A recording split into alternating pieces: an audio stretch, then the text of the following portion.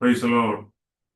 കർത്താവായ യേശുക്രിസ്തുവിന്റെ നിസ്തുല്യമായ നാമത്തിൽ കടന്നു വന്ന എല്ലാ ദൈവജനത്തോടും യേശുക്രിസ്തുവിന്റെ വലിയ നാമത്തിലുള്ള സ്നേഹ വന്ദനത്തെ അറിയിക്കുന്നതിനെ കേൾക്കുന്ന എല്ലാ മാതാപിതാക്കൾ, സഹോദരി സഹോദരങ്ങൾ, കുഞ്ഞുങ്ങൾ ഏവർക്കും ക്രിസ്തീയ വന്ദനങ്ങളെ പ്രാരംഭമായി അറിയിക്കുന്നു.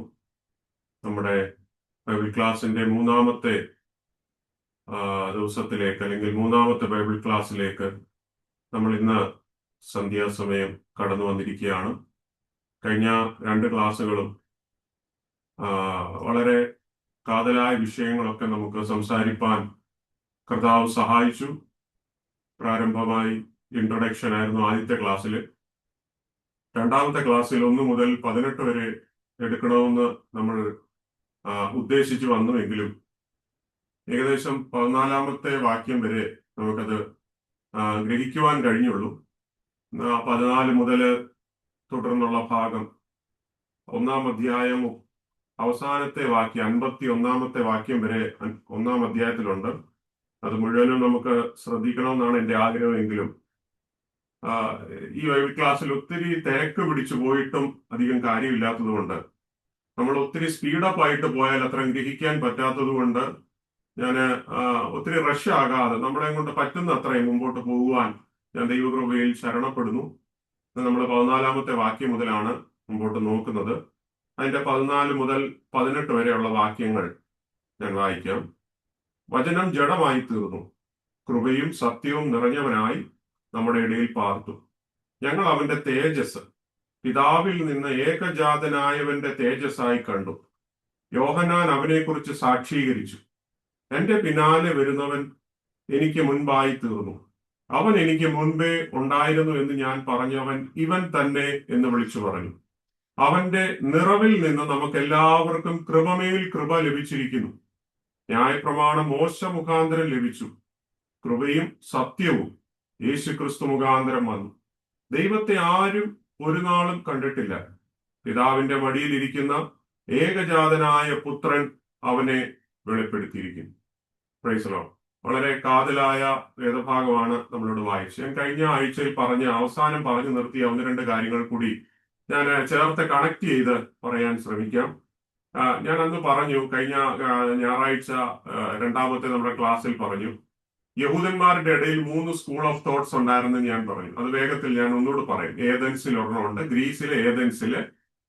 അതെന്തിലായിരുന്നു പ്രസിദ്ധമായിരുന്നത്? ഗണിത ശാസ്ത്രത്തിലും തത്വചിന്തയിലും, എന്ന് പറഞ്ഞാൽ മാത്തമാറ്റിക്സ് ആൻഡ് ഫിലോസഫിക്കൽ ചിന്തകളിലായിരുന്നു ഏതൻസ് ഒത്തിരി പ്രസിദ്ധമായിരുന്നത്. അതുപോലെ തന്നെ യെരുശലേം ഫേമസ് ആയിട്ടിരുന്നത് ദ ഇന്റർപ്രിട്ടേഷൻ ഓഫ് തോറ, ഈ തോറയുടെ അല്ലെങ്കിൽ ന്യായപ്രമാണത്തിന്റെ വ്യാഖ്യാനത്തിൽ വളരെ പ്രസിദ്ധി ആചരിച്ച ഒരു സ്ഥലമായിരുന്നു യെരുശലേം എന്ന് പറയുന്നത്.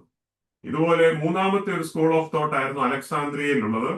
അവർ ചെയ്യുന്നത് studying the comparison of various religions, പല മതങ്ങളുടെ തമ്മിലുള്ള പഠനം നടത്തിയിരുന്ന ഒരു സ്ഥലമായിരുന്നു അലക്സാൻഡ്രിയ, ഈജിപ്തിലുള്ള അലക്സാൻഡ്രിയ. ഇന്നും അവിടുത്തെ ലൈബ്രറി വളരെ ഫേമസ് ആണ്. ഒത്തിരി പുരാവസ്തു ഗവേഷണം ചെയ്ത റെക്കോർഡ്സ് ഒക്കെ മെയിൻറ്റെയിൻ ചെയ്യുന്ന ഒരു ലൈബ്രറിയാണ് അലക്സാൻഡ്രിയ ദ ലൈബ്രറി എന്ന് പറയുന്നത്.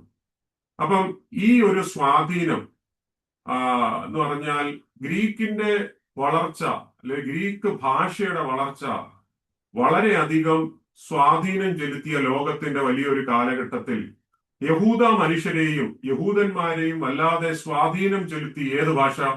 ഗ്രീക്ക് ഭാഷ. അപ്പൊ അങ്ങനെയാണ് യവനായ യഹൂദന്മാരൊക്കെ ഉടലെടുക്കുവാനിടയായി തീർന്നത്. ഹെലനിസ്റ്റിക് ജ്യൂസ് എന്നാണ് പറയുന്നത്, ഹെലനിസ്റ്റിക് ജ്യൂസ്. അപ്പം ഈ ഒരു ചിന്ത ആരുടെ മനസ്സിലുണ്ടായിരുന്നു? യോഹന്നാൻ, ഈ പുസ്തകം എഴുതുന്ന യോഹന്നാൻ അപ്പോസ്തലന്റെ മനസ്സിലുണ്ടായിരുന്നു. അപ്പൊ അതുകൊണ്ടാണ് ഞാൻ നിങ്ങളോട് പറഞ്ഞായിരുന്നു, ഹെറാക്ലീറ്റസ് ആണ് ഈ ലോഗോസ് എന്ന വാക്ക് കൊണ്ടുവന്നത് തന്നെ. അപ്പൊ ലോഗോസ് എന്ന വാക്കെന്ന് ഞാൻ അതും പറഞ്ഞായിരുന്നു. എന്താണ് പറഞ്ഞത്? ഏതൊരു പ്രകൃതിയുടെ സൃഷ്ടിയുടെ പുറകിൽ എന്തുണ്ട്? ഒരു ശക്തിയുണ്ട്, ഒരു വാക്കിന്റെ ബലമുണ്ട്. അപ്പൊ ഈ ലോഗോസ് എടുത്തുകൊണ്ടാണ് അപ്പോസ്തലനായ യോഹന്നാൻ പറയുന്നത്, ഈ ലോഗോസ് ആണ് ദൈവം, ഈ ലോഗോസ് ആണ് സാക്ഷാൽ വചനം, ഈ ലോഗോസ് ആണ് യേശു ക്രിസ്തു എന്ന് പറയുന്നത് ലോഗോസ് ഈസ് വിത്ത് ഫാദർ. ഈ ലോഗോസ് പിതാവിന്റെ കൂടെ ആയിരുന്നു. ഈ ലോഗോസ് ആണ് പേഴ്സോണിഫൈഡ് ചെയ്തത് എന്ന് പറഞ്ഞാൽ മനുഷ്യനായി മാറിയത്, ഹി ആയി മാറിയത്, he. The logos personified as he. അതുകൊണ്ടാണ് പറയുന്നത് വചനം ജഡമായി തീർന്നു. 14-ാം വാക്യം, കൃപയും സത്യവും നിറഞ്ഞവനായി നമ്മുടെ ഇടയിൽ പാർത്തു. ഇവിടെ ഒരു കാര്യം ഈ വാക്യത്തിലുള്ളത്, ഒന്ന്, ദ വചനം ജഡമായി തീർന്നു, ദ വേർഡ് ബിക്കെയിം ഫ്ലഷ്, അങ്ങനെയല്ല അവിടെ എഴുതിയിരിക്കുന്നത്. വചനം ജഡമായി തീർന്നു. എന്താണ് ഈ ഫ്ലഷിനെ ഗ്രീക്കിൽ പറയുന്ന സാർക്സ്, SARX, സാർക്സ്. സാർക്സ് എന്ന് പറഞ്ഞാൽ വെറും ഒരു മനുഷ്യ ശരീരത്തെ കുറിച്ചല്ല പറയുന്നത്. എന്താ പറയാ, ഈ ബലഹീനതകള് പോരായ്മകളൊക്കെ നിറഞ്ഞു നിൽക്കുന്ന ഒരു ഹ്യൂമൻ സിസ്റ്റം, ഒരു മോർട്ടൽ സിസ്റ്റം, ഒരു ഫിസിക്കൽ ഫ്ലഷ്, അതിനെയാണ് സാർക്സ് എന്നുകൊണ്ട് ഉദ്ദേശിക്കുന്നത്. അതാണ് വചനം ജഡമായി തീരുക. വചനം ജഡമായി തീരുക എന്ന് പറഞ്ഞാൽ സകല ബലഹീനതകളും ഉൾക്കൊണ്ട ഒരു ശരീരം. ആരാണ് ആ ശരീരം ഏറ്റെടുത്തത്? നിത്യനായ, ഒംനിപൊട്ടന്റായ, ഇൻഫൈനൈറ്റ് ആയ, സാക്ഷാൽ വചനമായ കർത്താവ് എന്ത് ഏറ്റെടുത്തു? വിശപ്പുള്ള, ദാഹമുള്ള, ക്ഷീണമുള്ള, വേദനയുള്ള, മരണമുള്ള ഒരു സാർക്സിനെ ഏറ്റെടുക്കുക, ഒരു ജഡത്തെ താൻ ഏറ്റെടുക്കുക. അതാണ് യോഹന്നാൻ പറയുന്നത്, അവൻ ജഡമായി തീർന്നു, അവൻ ജഡമായി തീർന്നു. വെറും ഒരു എന്താ പറയാ, ഒരു അരൂപിയായ ഒരു ഫ്ലഷ് എന്നല്ല, ഒരു ഏലിയൻ ഫ്ലഷ് എന്നല്ല. നമ്മൾ എങ്ങനെയാണോ ശരീരത്തിൽ വേദനകളും ഭാരങ്ങളും അനുഭവിക്കുന്നത്, അതേ അനുഭവത്തെ ഏറ്റെടുത്ത ഒരു ജഡാവതാരം. That is called incarnation. അതാണ് ഇൻകാർണേഷൻ, ജഡാവതാരം എന്ന് പറയുന്നത്. എന്ന് പറഞ്ഞാൽ എന്റെ ഉള്ളിലെ ഞാൻ എന്നതിനെ അറിയുന്ന ഒരു ദൈവമുണ്ട്. മനുഷ്യൻ എന്താണെന്ന് ഇപ്പൊ നമ്മൾ പറയും, നിങ്ങൾക്കൊന്നും എന്നെ അറിയത്തില്ല എന്ന് പറയത്തില്ല. എന്റെ ഭാരം എന്താണെന്ന് എനിക്കറിയാം, ആർക്കും എന്റെ മനസ്സിന്റെ വേദന അറിയത്തില്ല എന്നൊക്കെ നമ്മൾ പറയാറില്ലേ? ഈ അനുഭവത്തെ രുചിച്ചറിയുന്ന രീതിയിലുള്ള ജഡത്തെ യേശു കർത്താവ് ഏറ്റെടുത്തെന്ന്. ഞാൻ ക്ഷീണിതനാകുന്നത്, ഞാൻ വേദനയിലൂടെ കടന്നു പോകുന്നത്, അതേ അവസ്ഥയിൽ മനസ്സിലാകുന്ന ഒരു ജഡാവതാരം യേശു കർത്താവ് ഏറ്റെടുത്തു. എന്റെ സുഹൃത്ത് എന്നെ തള്ളിക്കളയുമ്പോൾ, എന്നെ ഒറ്റപ്പെടുത്തുമ്പോൾ, and the friend is betrayed me,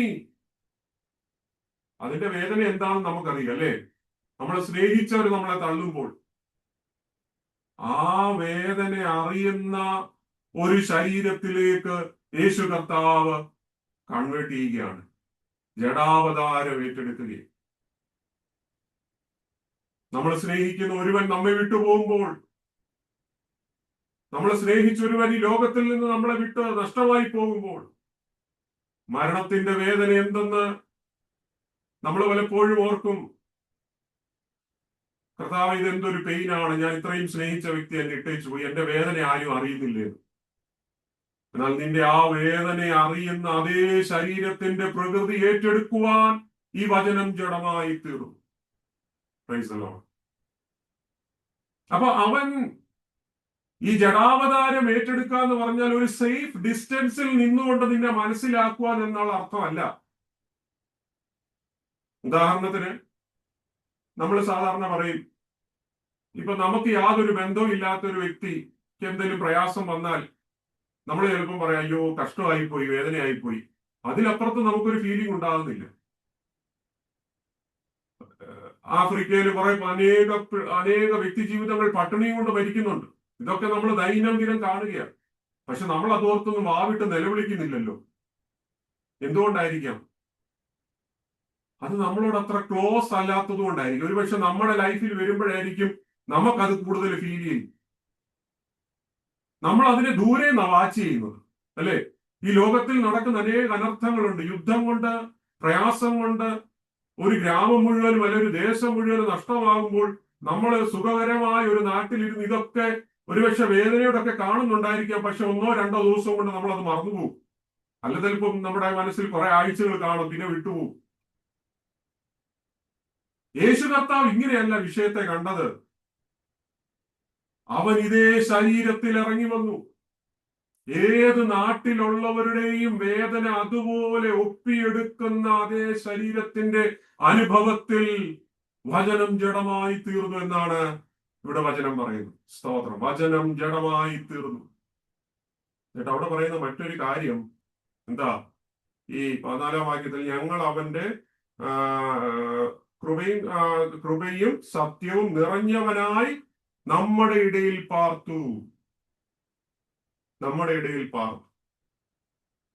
Greek വേർഡിൽ അതിന് സ്കിനോസൻ എന്നാ പറയുന്നത്. ESKENOSEN. സ്കിനോസൻ. സ്കിനി എന്ന വാക്കിൽ നിന്ന് രൂപപ്പെട്ടു വന്ന ഗ്രീക്ക് വേർഡാണ് സ്കിനോസൻ. ഇനി സ്കിനി എന്ന് പറഞ്ഞാൽ SKENE. സ്കിനി എന്ന് പറഞ്ഞാൽ ടെന്റ്, ടാബർനാക്കിൾ എന്നൊക്കെ അർത്ഥമാണ്, കൂടാരം എന്നർത്ഥമാണ്. ഈ സ്കിനോസൻ എന്ന് പറഞ്ഞാൽ കൂടാരം അടിക്കുക, ദ ഡ്വെല്ലിംഗ് പ്ലേസ്.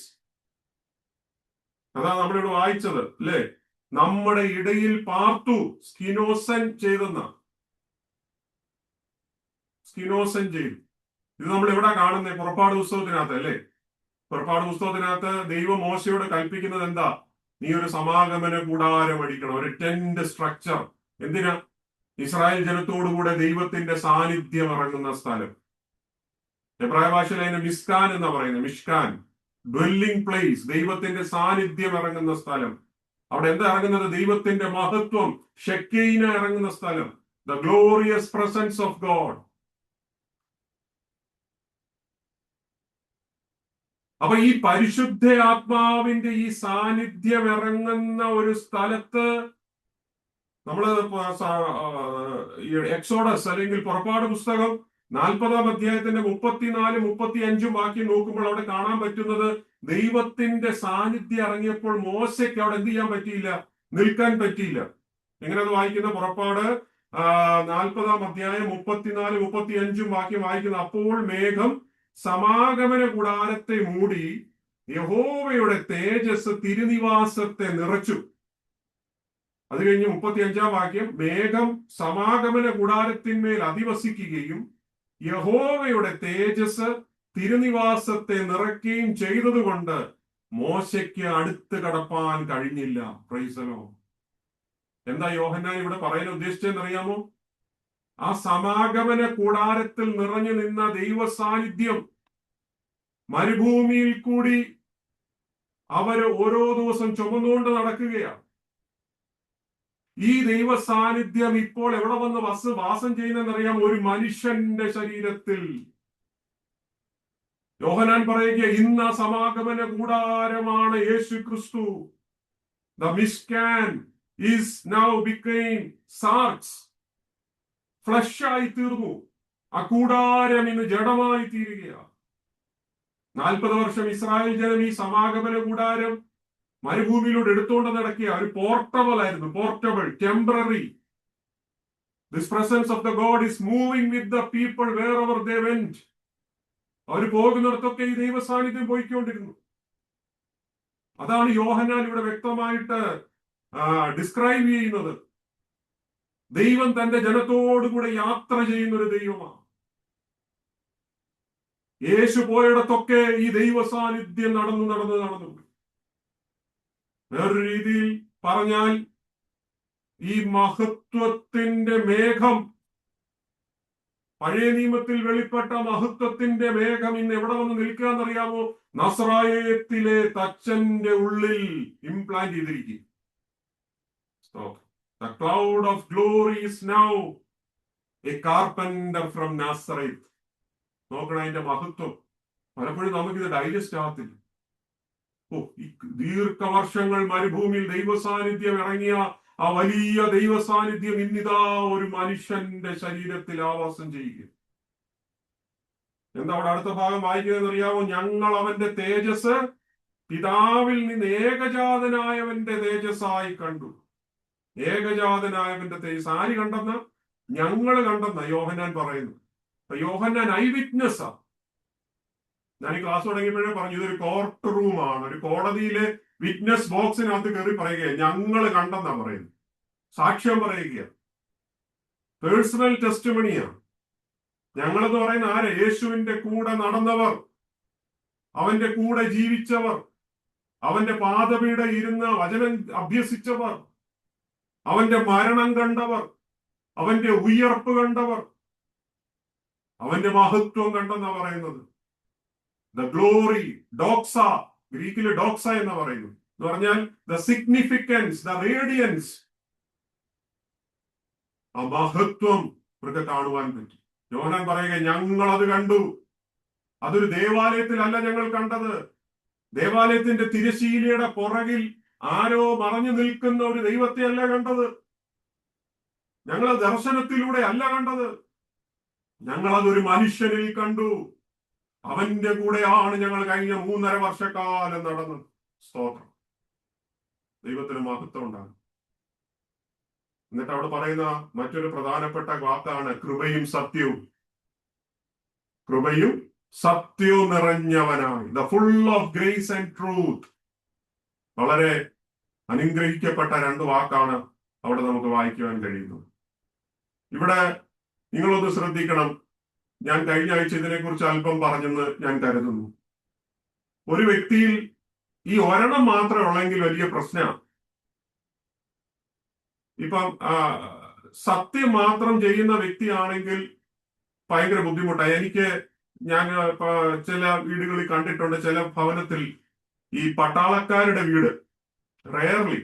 എൻ്റെ ഒരു സുഹൃത്തുണ്ടായിരുന്നു, അദ്ദേഹത്തിന്റെ പിതാവ് പട്ടാളത്തിലായിരുന്നു. അപ്പൊ ഈ പട്ടാളത്തിലുള്ള ഈ വീട്ടിൽ പട്ടാള ചിട്ടയായിരുന്നു. അപ്പൊ അദ്ദേഹത്തിന് ദീർഘവർഷങ്ങൾ മിലിറ്ററിയിൽ താമസിച്ചുകൊണ്ടായിരിക്കാം അദ്ദേഹത്തിന് ലഭിച്ച ഡിസിപ്ലിൻ ഇദ്ദേഹം എന്ത് ചെയ്തെന്നറിയാം, അത് വീട്ടിൽ കൊണ്ട് സ്ഥാപിക്കാൻ നോക്കി. അപ്പൊ വീട്ടില് പട്ടാളച്ചിട്ടയൊക്കെ വീട്ടിൽ വരുമ്പോഴത്തേന് ചിലപ്പോൾ അദ്ദേഹത്തിനൊക്കെ ആയിരിക്കും, പിള്ളേർക്കും ഭാര്യയ്ക്കൊക്കെ ഭയങ്കര ബുദ്ധിമുട്ടായിരിക്കും. അതിരാവിലെ എഴുന്നേറ്റ് പഠിക്കാനിരിക്കണം. അദ്ദേഹം വിളിക്കുന്ന സമയത്ത് അദ്ദേഹത്തിന്റെ മുന്നിൽ വരണം. വന്നില്ലെങ്കിൽ അന്നേരം അടി വീഴും. കൃത്യസമയത്ത് ഫുഡ് ടേബിളിൽ വരണം. വീടെല്ലാം ക്ലീൻ ആയിരിക്കണം. ഒരല്പം പോലും ഡസ്റ്റ് ഉണ്ടാകാൻ പാടില്ല. മിറ്റം എല്ലാം ക്ലീൻ ആയിരിക്കണം. കളിക്കാൻ വിടുകയില്ല. വളരെ റെയർലി പിള്ളേരെ കളിക്കാൻ വിടത്തുള്ളൂ. കളിക്കാൻ വിട്ടാലും നിമിഷ നേരം കൂടെ സമയത്തിനുള്ളിൽ വരണം. സ്കൂളിൽ മാർക്ക് ഫുള്ള് മേടിക്കണം. ഇതിനെല്ലാം തെറ്റിച്ചു കഴിഞ്ഞാൽ അന്നേരം അടിയാ. അപ്പൊ അടി കിട്ടാത്ത ഒരു ദിവസം ഈ പിള്ളേർക്കില്ല. സംഭവം എന്താണെന്ന് ചോദിച്ചാല്, ഇദ്ദേഹം ട്രൂത്ത് മാത്രമേ ചെയ്യുന്നുള്ളൂ. അത് നല്ലതിനു വേണ്ടി ചെയ്യുക. പക്ഷെ എന്നാ പ്രശ്നം? കമ്പാഷൻ ഇല്ല. അതുകൊണ്ട് പിള്ളേരുടെ ഹൃദയങ്ങളിൽ മുറിവ് മാത്രമേ ഉള്ളൂ. വൂൺസ് മാത്രമേ ഉള്ളൂ. സ്കൂളിൽ വന്നു കഴിഞ്ഞാൽ അപ്പനോട് ഭയങ്കര ദേഷ്യമാണ്. മകളുടെ പപ്പയെ, വല്ലാത്തൊരു പപ്പയെ, എങ്ങനെയെങ്കിലും ഒന്ന് വീട്ടിൽ നിന്ന് പോയാൽ മതിയെ. എന്താണെന്നറിയാം? അടി മാത്രമേ ഉള്ളൂ. ചെറിയ തെറ്റ് കണ്ടാലും അടിച്ചുകൊണ്ടിരിക്കും. സ്തോത്രം. എന്നാൽ വേറൊരു വീട് എനിക്കറിയാം. അവിടുത്തെ ഒരു പ്രശ്നം എന്ന് പറഞ്ഞാൽ സത്യമില്ല, ഗ്രേസ് മാത്രമേ ഉള്ളൂ. എന്ന് പറഞ്ഞാൽ സ്നേഹം മാത്രമേ ഉള്ളൂ. ഈ പിള്ളേർ എന്ത് കാണിച്ചാലും അടിക്കത്തില്ല, വഴക്ക് പറയത്തില്ല. എവിടെ ചെന്നാലും പ്രശ്നം. ഒരു വീട്ടിൽ ചെന്നാൽ അവിടുത്തെ ആ സാധനം വലിച്ചിടുന്നു, ഈ സാധനം വലിച്ചിടുന്നു. ചർച്ചിൽ ചെന്നാൽ അങ്ങോട്ട് ഓടുന്നു, ഇങ്ങോട്ട് ഓടുന്നു. അപ്പൻ അങ്ങ് ചിരിച്ചോണ്ടിരിക്കുക, അമ്മയും ചിരിച്ചോണ്ടിരിക്കുക. ഓ, പിള്ളേരല്ലേ, സാരമില്ല, അതൊക്കെ വിട്ടുകള അല്ലേ. പിള്ളേരെ അവരവരുടെ വഴിക്കഴിച്ചു വിട്ടിരിക്കുക. തന്മൂലം എന്താ പറ്റുന്നതെന്ന് അറിയാമോ? ഡിസ്ട്രക്ഷനിലേക്ക് പോയിക്കൊണ്ടിരിക്കുക തലമുറ. അനുസരണക്കേടിലേക്ക് പോകും. സമൂഹത്തിന് കൊള്ളാകാത്തവരായി തീരും, പാപികളായി തീരുകയാണ്. പക്ഷെ ഇവിടെ പറഞ്ഞിരിക്കുന്ന വാക്ക് നിങ്ങൾക്കറിയാമോ? കൃപയും സത്യവും നിറഞ്ഞവനായി. യേശു കർത്താവ് ഇത് രണ്ടും കൂടെ ഹോൾഡ് ചെയ്തോണ്ടാ വരുന്നത്. സ്തോത്രം. നമ്മുടെ ജീവിതത്തിൽ ഒരു വീഴ്ചകൾ വരുമ്പോൾ, തെറ്റുകൾ വരുമ്പോൾ അവൻ നമുക്ക് ബാലശിക്ഷ നൽകുന്നു എന്ന് മാത്രമല്ല, നിന്നെ തകർത്ത് കളയുവാൻ ഇടവരാതെ വേണം. നീ വീണുപോകാതെ, നിരാശപ്പെട്ടു പോകാതെ, നിന്നെ തോളിൽ കരം വെച്ച് നിന്നെ ആശ്വസിപ്പിക്കുന്ന, നിനക്ക് ചുമ്മരം തരുന്ന, സ്വർഗീയ സ്നേഹം നൽകുന്ന ഒരു ദൈവ സ്നേഹം കൂടെ നിന്റെ മേലുണ്ടെന്നുള്ളത് വളരെ പ്രസക്തമായ ഒരു കാര്യം. അവൻ കമ്പാഷൻ മാത്രമല്ല, അവൻ എന്നെ ട്രാൻസ്ഫോർമേഷനും കൂടെ ചെയ്യുകയാണ്. സത്യത്തിലൂടെ അവൻ എന്നെ ട്രാൻസ്ഫോർമേഷൻ ചെയ്യുന്നതിനോടൊപ്പം അവന്റെ മാറ്റമില്ലാത്ത ദൈവകൃപയാൽ അവൻ എന്നെ ആഴമായി സ്നേഹിക്കുകയും കൂടെ. അപ്പൊ കർത്താവ് എനിക്ക് ബാലശിക്ഷ നൽകുമ്പോൾ ഒരു കാര്യം എനിക്ക് ഉറപ്പാണ്, അവൻ എന്നെ ഇടിച്ച് തള്ളിക്കളയാനല്ല, അവനെന്നെ ഇല്ലാതാക്കാനല്ല. സ്തോത്രം. എന്റെ വേദനയിൽ അവൻ എനിക്ക് ആശ്വാസം കൊടുത്തിരുന്നുണ്ട്. ആരുമില്ലാത്ത സമയത്ത് അവൻ എന്റെ കരം പിടിക്കുന്നുണ്ട്. ഞാൻ കരയുമ്പോൾ എന്റെ കണ്ണുനീര് ഒപ്പുന്നുണ്ട്. ഹല്ലേലൂയ. എന്റെ വേദനകളിൽ, എന്റെ ഭാരങ്ങളിൽ എന്റെ അടുത്ത് വന്ന് എനിക്ക് ആശ്വാസത്തിന്റെ വാക്ക് തരുന്നുണ്ട്. സ്തോത്രം. ഇതാണ് ദൈവത്തിന്റെ സ്നേഹം. അതുകൊണ്ടാണ് കൃപ എന്ന വാക്ക് ആദ്യം ചേർത്തത്. സ്തോത്രം. പലരും വിചാരിക്കും ഇവൻ അടിക്കുന്ന ദൈവമാണോ നച്ചുവി. നോ, അടിക്കുന്ന ദൈവവുമല്ല, ഇവൻ കൃപയുള്ള ദൈവം കൂടെ. ദൈവത്തിന് മഹത്വം ഉണ്ടാകും. സ്തോത്രം. നമ്മൾ പലപ്പോഴും ഈ ബുർജ് ഖലീഫയിലും ഈഫിൽ ടവറും ഒക്കെ കാണുമ്പോൾ, അല്ലെങ്കിൽ ഏതെങ്കിലും രാജാക്കന്മാരെ കാണുമ്പോൾ, അല്ലെങ്കിൽ നമ്മുടെ ഒരു പോപ്പുലർ ഫാന്, ചിലർക്ക് സിനിമാ നടന്മാരായിരിക്കും, ചിലർക്ക് മന്ത്രിമാരായിരിക്കും, ചിലർക്ക് വലിയ കൂടിയ പാസ്റ്റർമാരായിരിക്കും, ആരെങ്കിലുമൊക്കെ അവരുടെ ലൈഫിൽ ഫാനുകൾ കാണും, അല്ലേ? Popular fans. ഇവരെയൊക്കെ കാണുമ്പോൾ ഒരുപക്ഷെ നമ്മുടെ ഉള്ളിൽ ഒരു അമ്പരപ്പുളവായേക്കാം. അതിനപ്പുറത്ത് നമുക്ക് എന്തെങ്കിലും സന്തോഷമുണ്ടോ? ഒരാളെ കണ്ടു, വലിയൊരു മനുഷ്യനെ കണ്ടു, കൈ കൊടുക്കാൻ പറ്റി, അല്ലെങ്കിൽ ഒരു ഫോട്ടോ എടുക്കാൻ പറ്റി.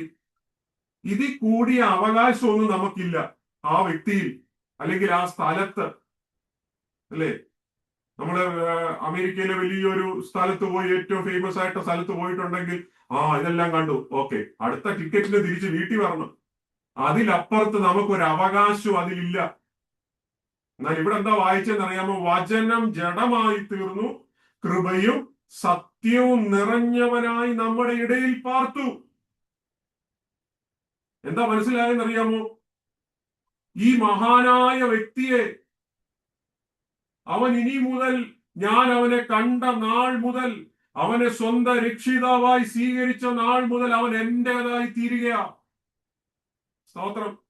ഞാൻ ഈഫിൽ ടവർ കണ്ട അനുഭവമല്ല എനിക്കുള്ളത്. ഞാൻ ബുർജ് ഖലീഫ കണ്ട അനുഭവമല്ല എനിക്കുള്ളത്. ഒരു രാജാക്കന്മാരെ കണ്ട അനുഭവമല്ല ഉള്ളത്. അവരെയൊക്കെ കണ്ടു കഴിഞ്ഞാൽ ഒരു ഫോട്ടോ എടുത്തേച്ച് ബൈ പറഞ്ഞ് ഞാൻ പോകും. എന്നാൽ ഈ വചനത്തിന്റെ പ്രത്യേകത, ഇവനെ ഞാൻ ഉള്ളത്തിൽ സ്വീകരിച്ചത് മുതൽ അവൻ എന്റെ സ്വന്തമായി തീരുകയാണ്. സ്തോത്രം. ഇതാണ് സുവിശേഷത്തിന്റെ മഹത്വം. അതുകൊണ്ടാണ് വചനം പറയുന്നത്, ഞങ്ങൾ അവന്റെ മഹിമ കണ്ട സാക്ഷികൾ. സ്തോത്രം. നമ്മള് വെളിപ്പാട് പുസ്തകം നിങ്ങൾ പ്രത്യേകം ശ്രദ്ധിക്കണം. വെളിപ്പാട് പുസ്തകത്തിൽ യോഹന്നാൻ തന്റെ വെളിപ്പാടിൽ കാണുന്നത്, സ്തോത്രം, 1-ാം അധ്യായം അതിന്റെ 12 മുതൽ 17 ആദ്യം വരെ, അതിവിടെ ഇങ്ങനെയാ കാണുന്നത്. യേശുവിന്റെ ചില ദർശനം കാണിക്കുക. എന്താ കാണുന്നത് അറിയാം? 7 പൊൻ നിലവിളക്കുകളുടെ നടുവിൽ ഉലാവുന്നവൻ, മാറത്ത് പൊൻകച്ച കെട്ടിയവൻ, മനുഷ്യപുത്രനോട് സദൃശനായവൻ, തലയിലും തലമുടിയും വെളുത്ത പഞ്ഞി പോലും ഹിമത്തോടും വെള്ളയും, കണ്ണ് അഗ്നിജ്വാലയ്ക്കൊത്തതും, കാല് ഉലയിൽ ചുട്ട് പഴിപ്പിച്ചതും, വെള്ളോടിന് സദൃശവും, അവന്റെ ശബ്ദം പെരുവെള്ളത്തിൻ ഇരച്ചിൽ പോലെയും, അവന്റെ വലം കൈയിൽ 7 നക്ഷത്രം, അവന്റെ വായിൽ നിന്ന് മൂർച്ചയേറിയ ഇരുവായ്ത്തലയുള്ള വാള്, അവന്റെ മുഖം സൂര്യൻ ശക്തിയോടെ പ്രകാശിക്കുന്നത് പോലെ. ഇതെല്ലാം കണ്ടപ്പോൾ യോഹന്നാൻ മരിച്ചവനെ പോലെയായി. എന്താ മരിച്ചവനെ പോലെ ആകാൻ ഒരു കാരണമെന്നറിയാമോ? ഇത്ര മഹിമയുള്ള, ഇത്ര സ്വർഗീയ മഹിമകളിൽ വാണരുളുന്ന കർത്താവിന്റെ കൂടെയാണോ ദൈവമേ ഞാൻ കഴിഞ്ഞ 3.5 വർഷക്കാലം പാർത്തത്? ഹല്ലേലൂയ. ഈ യേശുവിന്റെ മാറോട് ചാരിയിരുന്നവൻ പറയുക, ഈ മഹിമയുള്ള യേശുവിന്റെ മാറിലാണോ ഞാൻ കഴിഞ്ഞ 3.5 വർഷക്കാലം ചാരിയിരുന്നത്? ഇവന്റെ പാദങ്ങളാണോ ഞാൻ കഴുകിയത്? അവന്റെ ഒപ്പം ഇരുന്നാണോ ഞാൻ ഭക്ഷണം കഴിച്ചത്? ഹല്ലേലൂയ. അവന്റെ സ്നേഹം എത്ര വലുതാ പ്രിയപ്പെട്ടവർ. പാട്ടുകാരൻ പറയുന്ന, ഇത്ര സ്നേഹം, ഇത്ര സ്നേഹം, ഇത്ര സ്നേഹം എരിവാൻ മനുഷ്യരിൽ എന്ത് നന്മ കണ്ടു നീ രക്ഷകരാ. ഇത്ര മഹിമ വിട്ടിട്ട് നീ എന്നെ തേടി വന്ന നിന്റെ സ്നേഹമോർത്ത് ഞാൻ നിന്നെ വാഴ്ത്തുകയാണ്. താണാൾ പാട്ടുകാരൻ പറയുന്ന, കൃപയാലെ രക്ഷപ്പെട്ട പാപിയായ ഞാനിതാ ഹൃദയത്തിൽ ദൈവസ്നേഹം തിരിവാൻ വാഞ്ചിക്കുന്നു. എന്നെ കേൾക്കുന്ന പ്രിയപ്പെട്ടവരെ, നിന്നെ സ്നേഹിച്ച ഒരു ദൈവസ്നേഹത്തെ ഓർക്കുമ്പോൾ നിനക്ക് എത്ര സ്തോത്രം ചെയ്താലും മതി വരത്തില്ല. അവന്റെ മഹിമ കണ്ടവന് മാത്രമേ അവന് സ്തോത്രം ചെയ്യാൻ പറ്റത്തുള്ളൂ. യോഹന്നാൻ ഈ മഹിമ വെളിപ്പാടിൽ കണ്ട് അവൻ മരിച്ചവനെ പോലെയായി.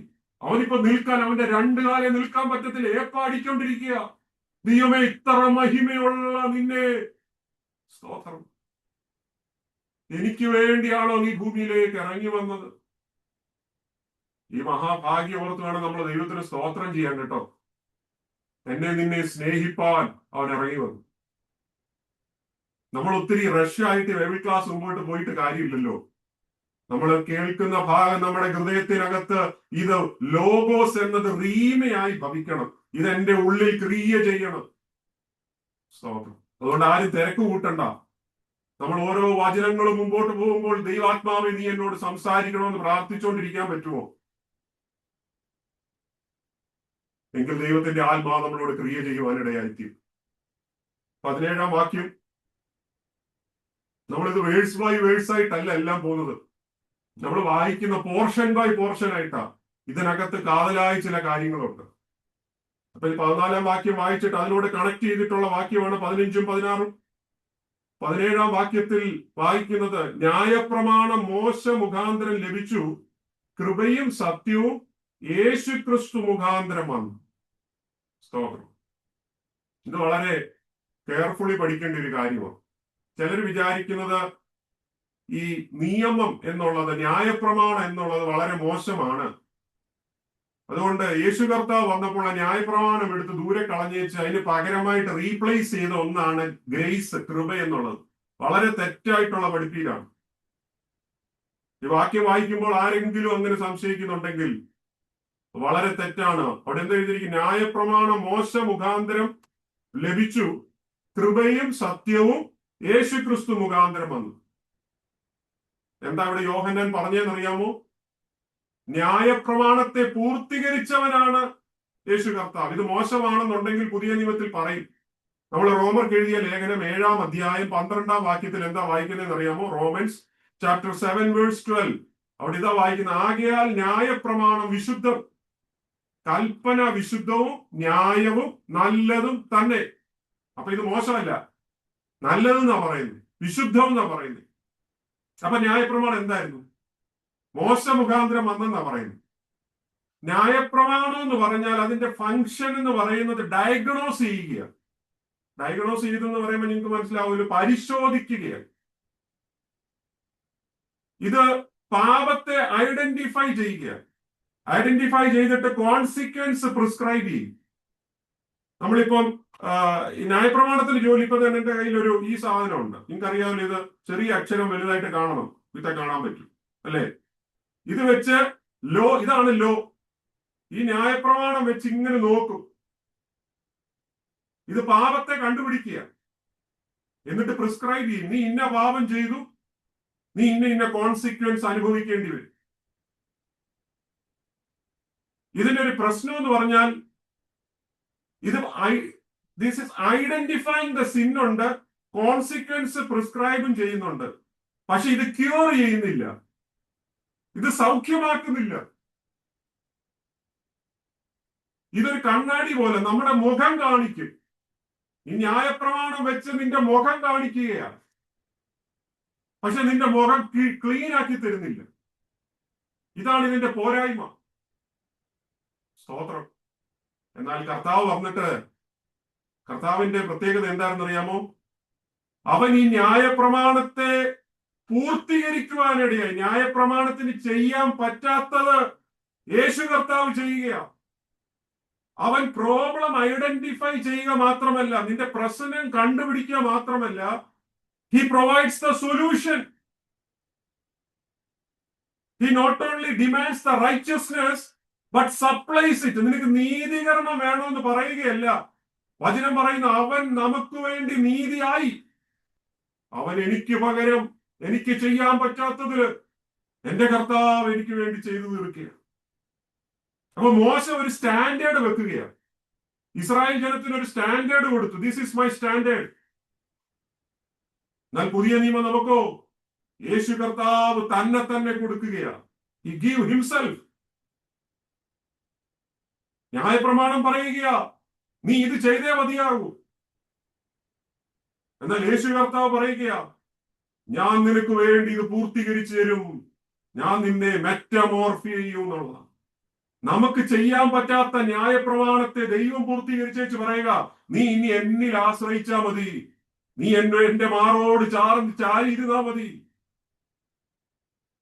എന്റെ ശിഷ്യനായി നീ തുടർന്നാ മതി, നിനക്ക് പറ്റാത്തത് ഞാൻ ചെയ്തു തീർക്കാം. ഒരു മനുഷ്യന്റെ സ്വഭാവത്തെ രൂപപ്പെടുത്തുന്ന, മെറ്റമോർഫി ചെയ്യുന്ന ഒരു ദൈവസ്നേഹമാണ് ക്രിസ്തുവിന്റെ സ്നേഹം. സ്തോത്രം. കൃപയും സത്യവും യേശു ക്രിസ്തു മുഖാന്തരം വന്നു. അതാ പ്രിയപ്പെട്ടവരെ, നമുക്ക് ഇനി ദൈവസ്നേഹത്തിൽ നിലനിൽക്കുവാൻ ദൈവം കൃപ നൽകും. സ്തോത്രം. 18-ാം വാക്യം ഇങ്ങനെ വായിക്കുന്നത്, ദൈവത്തെ ആരും ഒരു നാളും കണ്ടിട്ടില്ല, പിതാവിന്റെ മടിയിലിരിക്കുന്ന ഏകജാതനായ പുത്രൻ അവനെ വെളിപ്പെടുത്തിയിരിക്കുന്നു.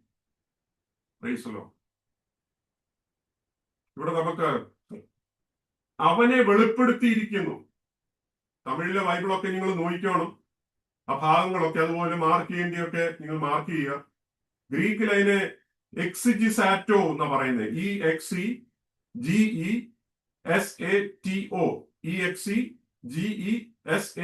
EXEGESATO. എക്സിജിസാറ്റോ. ഈ വാക്ക് എക്സിജിസീസ് എന്നാ പറഞ്ഞത്. എക്സിജിസീസ്. EXEGESIS. എക്സിജിസീസ്. എക്സിജിസീസ് എന്ന് പറഞ്ഞാൽ എക്സ്പ്ലെയിൻ ചെയ്യാന്നുള്ളതാ. എക്സ്പ്ലെയിൻ ചെയ്യുക, വിവരിക്കുക, ഇന്റർപ്രറ്റ് ചെയ്യുക, ഒരു വിഷയത്തിന് അർത്ഥം ഉണ്ടാക്കി കൊടുക്കുക എന്നൊക്കെയാണ് അതിന്റെ അർത്ഥം. അപ്പൊ അവിടെ അതാണ് പറയുന്നത്, അവനെ വെളിപ്പെടുത്തിയിരിക്കുന്നു. ആരെ? പിതാവിനെ വെളിപ്പെടുത്തി. ആരെ വെളിപ്പെടുത്തി? പുത്രൻ. നമ്മൾ എബ്രായ ലേഖനം 1:3 നമ്മൾ സഭയിലൊക്കെ ഞാൻ പറഞ്ഞിട്ടുള്ളതാണ്. അവിടെ എന്താ പറയുന്നത്? അവൻ അവന്റെ തേജസ്സിന്റെ പ്രഭയും തത്വത്തിന്റെ മുദ്രയും. പിതാവ് എന്താണോ അതിന്റെ സ്റ്റാമ്പാണ് പുത്രൻ. പിതാവിനെ അറിയണമെന്നുണ്ടെങ്കിൽ പുത്രനെ കണ്ടാൽ മതി. 1 തിമോത്തിയോസ് 6:16 എന്താ വായിക്കുന്നത്? 1 തിമോത്തിയോസ് 6-ാം വാക്യം. അവിടെ ഇങ്ങനെ വായിക്കുന്നത്, താൻ മാത്രം അമർത്യതയുള്ളവനും അടുത്തുകൂടാത്ത വെളിച്ചത്തിൽ വസിക്കുന്നവനും മനുഷ്യരാരും കാണാത്തവനും കാണാൻ കഴിയാത്തവനുമായവൻ തക്ക സമയത്ത് ആ പ്രത്യക്ഷത വരുത്തും. അപ്പൊ യേശു എന്ന് പറയുന്നത് പിതാവിന്റെ എക്സിജിസീസാ. പിതാവിന്റെ അല്ലെങ്കിൽ ദൈവത്തിന്റെ എക്സ്പ്ലനേഷനാണ്. He is the explanation of God. മനസ്സിലായോ? ദൈവം എന്താണെന്ന് അറിയണമെന്നുണ്ടെങ്കിൽ യേശുവിനെ നോക്കിയാൽ മതി. ഒരു പാപിയെ കുറിച്ച് ദൈവത്തിന്റെ കൺസെപ്റ്റ് എന്താണെന്ന് അറിയണമെന്നുണ്ടെങ്കിൽ, ഞാൻ പറയുന്നത് ഒന്നുകൂടി ശ്രദ്ധിച്ചു കേൾക്കണം. ഒരു പാപിയെ കുറിച്ച് ദൈവം എന്താണ് ചിന്തിക്കുന്നത്, എന്താണ് ദൈവത്തിന്റെ കൺസെപ്റ്റ്, ദൈവം അതിനോടുള്ള പ്രതികരണം എന്താ ചെയ്യാൻ ആഗ്രഹിക്കുന്നത് എന്ന് അറിയണമെന്നുണ്ടെങ്കിൽ, പാപിനിയായ സ്ത്രീയെ യേശുവിന്റെ അടുത്ത് കൊണ്ടുവന്നപ്പോൾ യേശു എന്താണോ പ്രതികരിച്ചത്, അതാണ് ദൈവത്തിന്റെ പ്രതികരണം. ഞാൻ പറഞ്ഞു, മനസ്സിലായോ? ഒരു പാപിയോടുള്ള ദൈവത്തിന്റെ മനോഭാവം അറിയണമെന്നുണ്ടെങ്കിൽ ഇവിടെ നോക്കണം, യേശുവിനെ നോക്കിയാൽ മതി. ഇനിയും ഹിപ്പോക്രസി, കപടഭക്തിക്കാരനായ പരീശന്മാരെ കുറിച്ച് ബൈബിളിൽ പറയുന്നുണ്ട്. ഇവരെ കുറിച്ചുള്ള ദൈവത്തിന്റെ മനോഭാവം എന്താണെന്ന് അറിയണോ? നമ്മൾ പുതിയ നിയമത്തിൽ സുവിശേഷങ്ങളിൽ വായിക്കുന്നുണ്ട് ഈ കപടഭക്തിക്കാരെ കുറിച്ച് യേശു കർത്താവിന്റെ പരാമർശങ്ങളൊക്കെ നമുക്ക് ഏവർക്കും അറിയാവുന്ന ഭാഗങ്ങളാ. അവരെ റിബ്യൂക്ക് ചെയ്യുന്ന ഭാഗങ്ങളെല്ലാം നമ്മൾ വായിച്ചിട്ടുള്ളതാ. യേശു എങ്ങനെയാണോ അതിനോട് പ്രതികരിച്ചത്, അതാണ് ദൈവത്തിന്റെ പ്രതികരണം. ഇനി ഒരുവൻ വേദനയിൽ കടന്നു പോകുമ്പോൾ, മാനസികമായി തകർന്നു പോകുമ്പോൾ, അവനെ കുറിച്ച് നിരാശപ്പെടുന്ന, വേദനപ്പെടുന്ന, ഭാരപ്പെടുന്ന ഒരു കുടുംബത്തോടുള്ള ബന്ധത്തിൽ, ഒരു വ്യക്തി ജീവിതത്തോടുള്ള ബന്ധത്തിൽ ദൈവത്തിന്റെ കാഴ്ചപ്പാട് എന്താണെന്ന് അറിയണമെന്നുണ്ടെങ്കിൽ ലാസറിന്റെ കല്ലറയിൽ പോയി നോക്കണം. അവിടെ പുറത്ത് ഇതാ ഈ കല്ലറയുടെ വെളിയിൽ കണ്ണുനീർ വാർക്കുന്ന ഒരു യേശുവിനെ നിങ്ങൾക്ക് കാണാൻ പറ്റും. അതാ ദൈവത്തിന്റെ കാഴ്ചപ്പാട്. എന്ന് പറഞ്ഞാൽ എന്റെ വേദനയിൽ എന്നോട് പങ്കുചേരുന്ന ഒരു ദൈവം. ഞാൻ പാപം ചെയ്ത സമയങ്ങളിൽ എന്നെ തകർത്ത് കളയാതെ എന്നെ വീണ്ടെടുക്കാൻ ശ്രമിക്കുന്ന ഒരു ദൈവസ്നേഹം.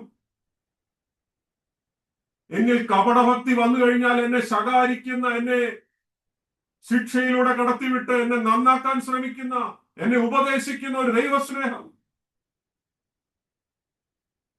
തിരുവെഴുത്തിലുള്ള പിതാവിനെ അറിയണമെന്നുണ്ടെങ്കിൽ വചനം പറയുക ഈ പുത്രനെ നോക്കിയാൽ മതി. നമ്മൾ യോഹന്നാന്റെ സുവിശേഷം മുമ്പോട്ട് പഠിക്കുമ്പോൾ നമുക്ക് മനസ്സിലാവും 14-ാം അധ്യായത്തിലൊക്കെ 8-9 വാക്യത്തിൽ ഫിലിപ്പോസ് അവനോട് ചോദിക്കുന്നുണ്ട്, കർത്താവേ, ഞങ്ങൾക്ക് പിതാവിനെ ഒന്ന് നീ ഒന്ന് കാണിച്ചു തരണം. യേശു എന്താ പറഞ്ഞത്? ഫിലിപ്പോസ്, ഇത്രയും കാലം ഞാൻ നിന്നോട് കൂടെ ഇരുന്നിട്ട് നിനക്ക് ഇതൊന്നും അറിയില്ലേ? നീ എന്നെ കണ്ടിട്ടുണ്ടെങ്കിൽ പിതാവിനെ കണ്ടിരിക്കുന്നെന്ന് എന്റെ അർത്ഥം. സ്തോത്രം. കർത്താവ് പറയുക, നീ എന്നെ കണ്ടിട്ടുണ്ടോ? പിതാവിനെ നീ കണ്ടെന്ന്. എന്നെ കേൾക്കുന്ന പ്രിയപ്പെട്ട ഒരു ദൈവം ആരാ നിങ്ങൾക്ക് അറിയണോ? Look at Jesus. Look at Jesus. അവനാണ് സാക്ഷാൽ ദൈവം. സ്തോത്രം. ഹല്ലേലൂയ. അധികം ഇനി ആ ഭാഗത്ത് നിന്ന് വിശദീകരിക്കാൻ ഞാൻ താല്പര്യപ്പെടുന്നില്ല. സ്തോത്രം. നമുക്ക് തുടർന്ന് ഇനിയുള്ളത് 19 മുതൽ 51 വരെയുള്ള വേദഭാഗങ്ങളാണ് നമുക്ക് ശ്രദ്ധിക്കേണ്ടത്. ഇതിന്റെ ഈ ഭാഗവും പല പോർഷൻസ് ആയിട്ടാണ് തിരിച്ചിരിക്കുന്നത്.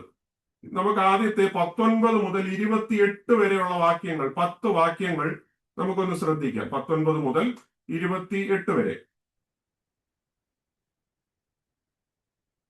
19-ാം വാക്യം ഇങ്ങനെയാണ്: നീ ആർ എന്ന് യോഹന്നാനോട് ചോദിക്കേണ്ടതിന് യഹൂദന്മാർ യെരുശലേമിൽ നിന്ന് പുരോഹിതന്മാരെയും ലേവ്യരെയും അവന്റെ അടുക്കൽ അയച്ചപ്പോൾ അവന്റെ സാക്ഷ്യം എന്തെന്നാൽ അവൻ മറുക്കാതെ ഏറ്റുപറഞ്ഞു, ഞാൻ ക്രിസ്തു അല്ല എന്ന് ഏറ്റുപറഞ്ഞു. പിന്നെ എന്ത്? നീ ഏലിയാവോ എന്ന് അവനോട് ചോദിച്ചതിന് അല്ല എന്ന് പറഞ്ഞു. നീ ആ പ്രവാചകനോ എന്നതിന് അല്ല എന്നവൻ ഉത്തരം പറഞ്ഞു. അവർ അവനോട്, നീ ആരാകുന്നു? ഞങ്ങളെ അയച്ചവരോട് ഉത്തരം പറയേണ്ടതിന് നീ നിന്നെക്കുറിച്ച് തന്നെ എന്ത് പറയുന്നു എന്ന് ചോദിച്ചു. അതിനെ അവൻ, യെശയ്യാ പ്രവാചകൻ പറഞ്ഞതുപോലെ കർത്താവിന്റെ വഴി നേരെയാക്കുവീൻ എന്ന് മരുഭൂമിയിൽ വിളിച്ചു പറയുന്നവന്റെ ശബ്ദം ഞാൻ ആകുന്നു എന്ന് പറഞ്ഞു. അയക്കപ്പെട്ടവർ പരീശന്മാരുടെ കൂട്ടത്തിലുള്ളവരായിരുന്നു.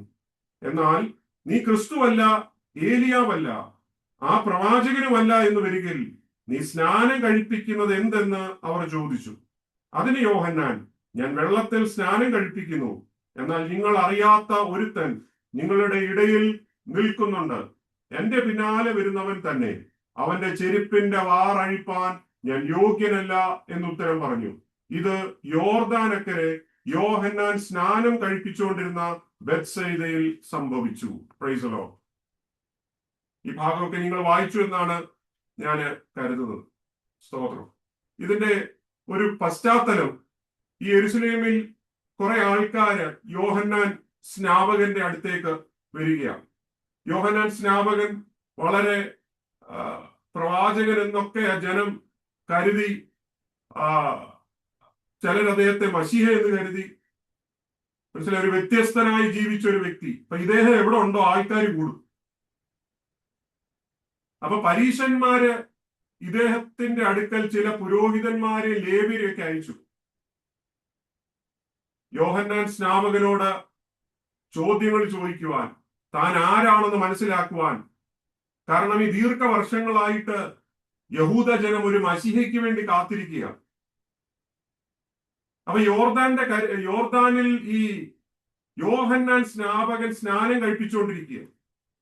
വലിയൊരു ക്രൗഡ് തന്നെ, ഒരു ജനക്കൂട്ടം തന്നെ അവിടെ ഉണ്ട്.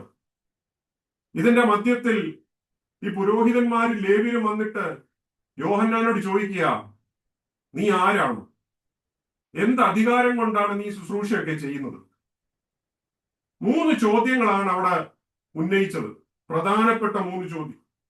ഒന്നത്തെ ചോദ്യം, നീ മെശിഹയാണോ എന്നുള്ളതാണ്. അതിന്റെ 20-ാം വാക്യത്തിൽ നിങ്ങൾ ശ്രദ്ധിച്ചാൽ അറിയാം. നീ മശീഹയാണോ? എന്താണ് ഉത്തരം? ഞാനല്ല. അടുത്ത ചോദ്യം 21-ാം അധ്യായം, നീ ഏലിയാവാണോ? അതിന് ഉത്തരം, ഞാൻ ഏലിയാവും അല്ല. മൂന്നാമത്തെ ചോദ്യം, നീ ഒരു പ്രവാചകനാണോ? അതിന് ഉത്തരം പറഞ്ഞത്, ഞാൻ പ്രവാചകനുമല്ല. സ്തോത്രം. നിങ്ങൾക്ക് ഈ ചോദ്യം വന്നപ്പോൾ ഒരു കാര്യം നമ്മൾ ചിന്തിക്കണം, ഈ 3 ചോദ്യത്തെ എന്തുകൊണ്ടായിരിക്കും ഇവർ ചോദിച്ചത്? ഇവർ ചോദിക്കാൻ ചില കാരണങ്ങളുണ്ട്. പഴയ നിയമ പ്രവാചകന്മാർ ചില വചനത്തിനകത്ത് പറയുന്നുണ്ട്. അതിന്റെ അടിസ്ഥാനത്തിൽ അവർ ഈ ചോദ്യം ചോദിച്ചത്. ഒന്ന് ചോദിച്ചത്, നീ ക്രിസ്തു ആണോ അല്ലെ മശീഹയാണോ എന്നാ. കാരണം അവർക്ക് മീഖ എന്നൊരു പ്രവാചകൻ ഉണ്ടായിരുന്നു. ഈ മീഖ പ്രവാചകൻ ഒരു പ്രവചനം നടത്തിയിട്ടുണ്ട് 5-ാം അധ്യായം 2-ാം വാക്യത്തിൽ. അവിടെ എന്താ പറയുന്നതെന്ന് അറിയാമോ? നീയോ ബേത്ലഹേം എഫ്രാത്തെ, നീ യഹൂദ സഹസ്രങ്ങളിൽ ചെറുതായിരുന്നാലും ഇസ്രായേലിന് അധിപതി ആയിരിക്കുന്നവൻ എനിക്ക് നിന്നിൽ നിന്ന് ഉത്ഭവിച്ചു വരും. അവന്റെ ഉത്ഭവം പണ്ടേ ഉള്ളതും പുരാതനമായതും തന്നെ. ഈ പ്രവചനം ഇവരുടെ മനസ്സിൽ കിടക്കുകയെ, ഓരോ യഹൂദന്റെ മനസ്സിലും. അപ്പൊ ഇങ്ങനത്തെ സമൂഹത്തിൽ ഒരു വ്യത്യസ്തനായ ഒരു വ്യക്തി എഴുന്നേൽക്കുമ്പോൾ അവര് പെട്ടെന്ന് ആരായുകയാണ്, ഇവനാണോ മശിഹ? അപ്പൊ ഒരു കൂട്ടം യഹൂദ ജനത്തിന്റെ മനസ്സിൽ മശിഹ വരൂ എന്നുള്ള ചിന്ത വളരെ ശക്തമായിട്ട് നിന്നിരുന്നു. ഇതറിയാൻ വേണ്ടിയാണ് യോഹന്നാൻ സ്നാപകനോട് ചോദിക്കുന്നത്, നീ മശിഹയാണോ? അവൻ അപ്പാടെ തള്ളി, നോ, ഞാനല്ല മശിഹ. പിന്നെ അടുത്ത ചിന്ത, ഇനി ഇത് ഏലിയാവാണോ? കാരണം ദീർഘവർഷങ്ങളായി ഇവർക്ക് ഈ പ്രവചനത്തിനകത്ത് ചില സംശയങ്ങളുണ്ട്. ഒന്നീ മശിഹയായിരിക്കും, ഇനി വരാൻ പോകുന്ന ആരാന്ന് ഇവർക്കൊരു ക്ലിയർ പിക്ചർ കിട്ടുന്നില്ല. ഒന്നെങ്കിൽ മശിഹയായിരിക്കും, അല്ലെങ്കിൽ ഇനി അന്ന് സ്വർഗത്തിൽ പോയ ഏലിയാവ് വീണ്ടും വരുന്നതാണോ? ഇനി അതുമല്ല, ഏതെങ്കിലും പ്രവാചകന്മാരാണോ? അപ്പൊ ഇങ്ങനത്തെ 3 പഠിപ്പിക്കലുകൾ അല്ലെങ്കിൽ 3 ചിന്തകൾ യഹൂദന്മാരുടെ ഇടയിൽ പല ഗ്രൂപ്പുകളിൽ ഉണ്ടായിരുന്നു. ചില ഗ്രൂപ്പുകൾ വിശ്വസിച്ചിരുന്നത് ഇത് മശിഹ തന്നെ വരുമെന്ന. ചില ഗ്രൂപ്പുകൾ വിശ്വസിക്കുന്നത് ഇത് ഏലിയാവായിരിക്കും വരുമെന്ന. മറ്റു ചില ഗ്രൂപ്പുകൾ വിശ്വസിക്കുന്ന ഇവ രണ്ടുമല്ല, ഒരു പ്രവാചകനായിട്ട് വരുമെന്ന. അതുകൊണ്ടാണ് ഈ 3 ചോദ്യം ഇവിടെ വന്നത്. മലാക്കി പ്രവാചകനും അവരുടെ കൂട്ടത്തിൽ ചെറിയ പ്രവാചകന്മാരുടെ ഗണത്തിൽ ശ്രേഷ്ഠനാണ്. 4-ാം അധ്യായം 5-ാം വാക്യം, മലാക്കി 4:5. അവിടെ ഇങ്ങനെ പറയുന്നത്, യഹോവയുടെ വലുതും ഭയങ്കരവുമായ നാൾ വരുന്നതിന് മുൻപേ ഞാൻ നിങ്ങൾക്ക് ഏലിയാ പ്രവാചകനെ അയക്കും. ഏലിയാ പ്രവാചകൻ. അപ്പൊ ഇവരുടെ മനസ്സിൽ ആരാണ്? ഇനി ഏലിയാവാണോ എന്നുള്ള രീതിയിലാണ് ചോദിക്കുന്നത്. ഏലിയാവ് വീണ്ടും വന്നോ? ഇനി അതുമല്ലെന്നാ പറഞ്ഞേ. അപ്പോഴത്തന്നെ പറഞ്ഞു, ഇനിയാണെങ്കിൽ പ്രവാചകൻ വരുമെന്നൊരു വാക്യം അല്ലെങ്കിൽ ഒരു പ്രവചനം ഉണ്ട്. ആവർത്തന പുസ്തകം 18-ാം അധ്യായം 15-ാം വാക്യം, ഡ്യൂട്രോണമി 18:15. അവിടെ വായിക്കുന്നത്, നിന്റെ ദൈവമായ യഹോവ നിനക്ക് എന്നെ പോലെ ഒരു പ്രവാചകനെ നിന്റെ മധ്യേ നിന്റെ സഹോദരന്മാരുടെ ഇടയിൽ നിന്ന് എഴുന്നേൽപ്പിച്ചു തരും. അവന്റെ വചനം നിങ്ങൾ കേൾക്കണം. അപ്പൊ ഇവരുടെ മനസ്സിൽ ഒരു ചിന്ത, ഇനി ഒരു വ്യത്യസ്തനായ ഒരു പ്രവാചകനായിരിക്കും. നോക്കണേ. അപ്പൊ യോഹന്നാന് കിട്ടിയ ഒരു ഗോൾഡൻ ചാൻസ് ഇവിടെ ഉണ്ട് കേട്ടോ. എന്താ ഗോൾഡൻ ചാൻസ് എന്നറിയാമോ? 3 ഓഫറുകളാ വന്നത്. ഇപ്പൊ യോഹന്നാന് ഏതെങ്കിലും ഒരു ഓഫർ സ്വീകരിക്കാം. ഒന്നെങ്കിൽ മശിഹയുടെ ടൈറ്റിൽ വേണം സ്വീകരിക്കാം. വേണമെങ്കിൽ പറയും, ഞാൻ മശിഹ എന്ന് പറയാം. മശിഹ എന്ന് പറഞ്ഞാൽ തന്നെ ഇവന്റെ കളം മാറി, പിന്നെ സ്റ്റേജ് മാറി, വീട് മാറി. നിങ്ങൾക്കറിയാം അല്ലെ? ആരെങ്കിലും ഒരാള് ഫേമസ് ആയി കഴിഞ്ഞാൽ പിന്നെ അവന്റെ സ്റ്റാറ്റസേ മാറും. ഇന്നത്തെ കാലത്തൊക്കെയാണ് പിന്നെ വീട്ടിൽ ബെൻസ് ആയിരിക്കും. ബെൻസ് 2-3 നില, 2-3 വീടുകള്, ഇഷ്ടം പോലെ സെക്യൂരിറ്റി. യോഹന്നാന് ഈ ഓഫർ അപ്പാടെ തള്ളുകയാ. യോഹന്നാന് ഫേമസ് ആകാനുള്ള ഒരു സാധ്യതയായിരുന്നു. യോഹന്നാന് പവർഫുൾ ആയി വരാനുള്ള ഒരു സാധ്യതയായിരുന്നു. ഒരു സെൻട്രൽ ക്യാരക്ടർ ആകാനുള്ള, യഹൂദന്മാരുടെ ഇടയിൽ ഒരു പ്രധാന ക്യാരക്ടർ ആകാനുള്ള വലിയ ചാൻസ് ആയിരുന്നു നഷ്ടപ്പെടുത്തിയത്. എന്നാൽ ഈ 3ഉം താൻ മനസ്സുകൊണ്ട് തെളിച്ചു കളഞ്ഞു. സ്തോത്രം. കപടതയിൽ തെളിച്ചു കളഞ്ഞല്ല കേട്ടോ. ചിലര് ഇങ്ങനത്തെ പ്രസക്തി വരുമ്പോൾ പറയും, എനിക്ക് വേണ്ടായിരുന്നു, വേണ്ട, ഞാൻ അത് കളഞ്ഞാന്ന് പറയും. പക്ഷെ മനസ്സുകൊണ്ട് ആഗ്രഹിക്കും, എന്നാലും കിട്ടിയിരുന്നെങ്കിൽ നല്ലതായിരുന്നു. യോഹന്നാൻ അങ്ങനല്ല, മനസ്സുകൊണ്ട് ഈ പ്രശസ്തിയെ കളയുകയാണ്. യോഹന്നാൻ ഇതൊന്നും ജെനുവിൻലി ആവശ്യമില്ല. തന്റെ മുൻപിൽ നിൽക്കുന്ന ജനസമൂഹത്തിന് ഇവനെ ആരെങ്കിലും ഒക്കെ ആക്കണമെന്നുണ്ട്. ഇവനിലൂടെ എങ്ങനെങ്കിലും റോമയുടെ അടിമത്തത്തിൽ നിന്ന് ഇസ്രായേൽ ജനത്തെ വിടുവിക്കണം എന്നുള്ള ചിന്തയുണ്ട്. പക്ഷെ ഇതെല്ലാം താൻ മനഃപൂർവ്വം ത്യജിച്ചു കളഞ്ഞു. ഒറ്റ ഓഫർ പോലും സ്വീകരിച്ചില്ല. മശിഹയുടെ പൊസിഷൻ തന്നെ വേണ്ടാന്ന് വെച്ചു. ഏലിയാവിന്റെ ആ ടൈറ്റിൽ എന്നത് വേണ്ടാന്ന് വെച്ചു. പ്രവാചകൻ എന്ന ടൈറ്റിൽ താൻ വേണ്ടെന്ന് വെക്കുക. എന്നിട്ട് എന്താ പറഞ്ഞതെന്നറിയാമോ? 23-ാം വാക്യം. അതിനെ അവൻ യെശയ്യാ പ്രവാചകൻ പറഞ്ഞതുപോലെ കർത്താവിന്റെ വഴി നേരെയാക്കുവീൻ എന്ന് മരുഭൂമിയിൽ വിളിച്ചു പറയുന്നവന്റെ ശബ്ദം ഞാനാകും. താൻ ആരാന്ന് വെളിപ്പെടുത്തി കൊടുത്തു.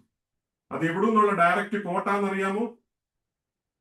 യെശയ്യാ പ്രവചനം 40-ാം അധ്യായം 3 മുതൽ 5 വരെയുള്ള ഭാഗങ്ങളിൽ നിന്ന് എടുത്ത് പറഞ്ഞിരിക്കുന്ന ഭാഗങ്ങളാണ്. The book of Isaiah chapter 40 verse 3. യോഹന്നാൻ പറയുക, ഞാൻ രാജാവ് വരുന്നതിന്റെ മുൻപേ അവന് വഴിയൊരുക്കാൻ വന്നവനാ. ഒരു വഴിയൊരുക്കാൻ വന്നവന്.